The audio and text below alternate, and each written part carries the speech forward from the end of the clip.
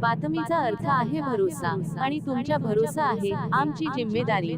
आपण पाहत आहात NCN न्यूज टीव्ही। 2025 ते 26 चा पीकविमा तातडीने वितरित करावा या मागणीसाठी शिवसेना उद्धव बाळासाहेब ठाकरे पक्षाच्या वतीने देगलूर येथील तहसील कार्यालयासमोर जोरदार निदर्शने करण्यात आली।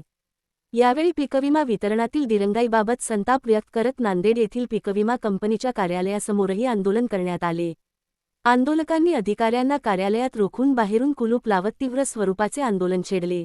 या आंदोलनानंतर विमा कंपनीने पीकविमा वितरणासाठी युद्धपातळीवर हालचाली सुरू केल्याचा दावा शिवसेनेच्या पदाधिकाऱ्यांनी केला आहे।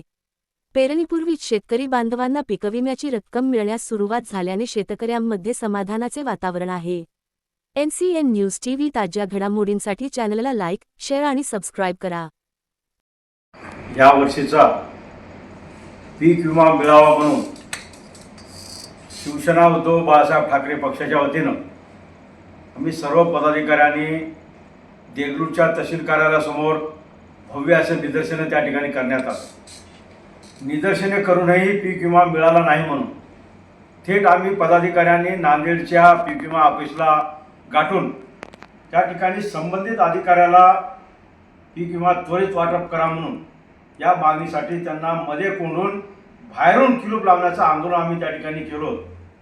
एक शेतकऱ्याच्या प्रश्नावर, जिव्हाळ्याच्या प्रश्नावर एक आवाज उठवण्याचं, शेतकऱ्याला न्याय मिळवून देण्याचं काम गेल्या 30 वर्षापासून आमचं या ठिकाणी चालू आहे।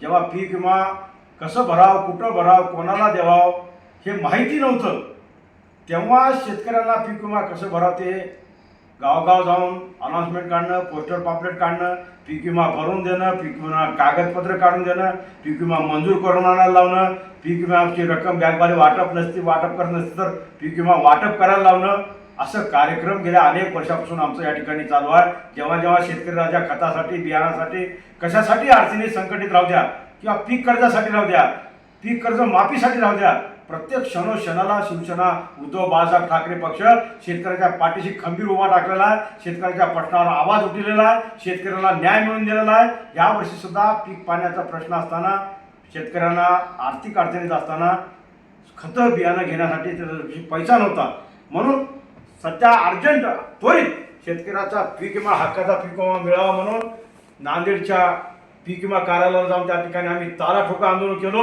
तेव्हा कुठं प्रशासनाला, शासनाला जाग आली आणि पीक विमा वाटपाला या ठिकाणी चालू झालं। ह्याचं श्रेय फक्त आणि फक्त कोणी जरी त्याचं श्रेय घेत असतील तर त्याला अर्थ नाही, ते फक्त आमच्या शिवसेना पदाधिकाऱ्याला, शिवसेना उद्धव बाळासाहेब ठाकरे पक्षाला। जय हिंद।